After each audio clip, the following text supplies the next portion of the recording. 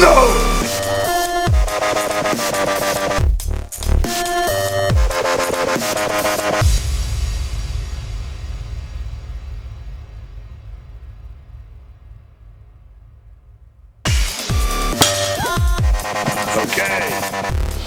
the deadlift, the last of the ego lifts. Very much an all-over exercise. Crosses over legs, back, core. So some people struggle where to fit it into their routine. Not a fan personally, I'll be honest with you.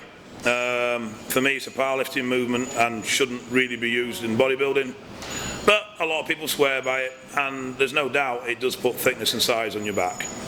But my only issue with it is that it brings in too much leg activation, which then throws out that side of things. But anyway, so the deadlift, biggest thing with this is lower back form and not driving with your legs.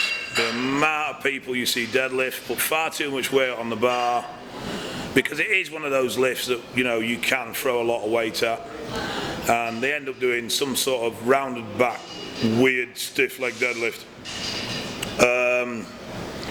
Really, you want to keep the weight lower and practice the form and build that lower back strength up and that midsection strength up so you can hold position throughout the movement.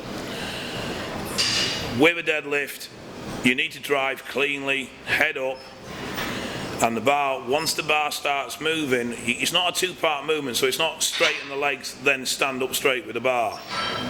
Everything needs to be going together, and your head sort of leads the way. So, usual setup, core position, chest up, lower back tight, and then as the movement starts, you really need to focus that you don't drive with the legs then with the back. You drive with the back and the legs together. So as your legs are straightening, your lower back is straightening. Now the other thing that a lot of people do with the deadlift is they lean way too far back at the top of the movement.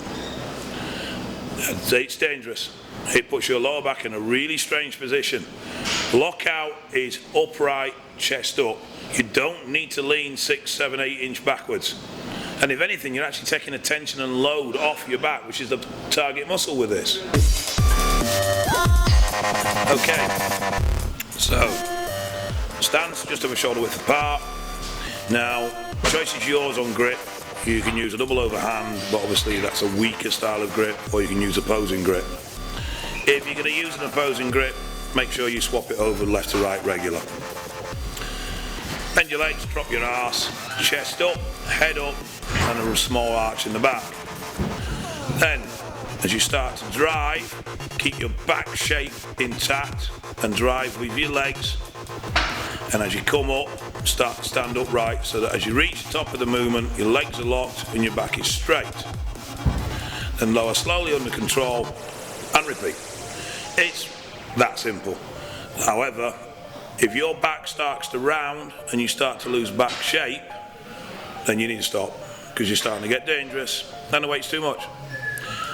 It may mean you're going back to lighter weights and starting again, but in time you will be ultimately stronger. Just be careful with the deadlift. Personally, I'd prefer to use a double overhand grip and straps for the simple reason that there's less load on the bicep. And if anything, the weak link in the deadlift is the bicep of the arm that's facing forward if you're using opposing. So just be wary. Other than that, that's it. It's not an overly difficult exercise. A bit similar with the bench press though. When you think about pulling the weight, don't think about pulling the weight off the ground. Thinking about the weight staying static and driving yourself through the floor.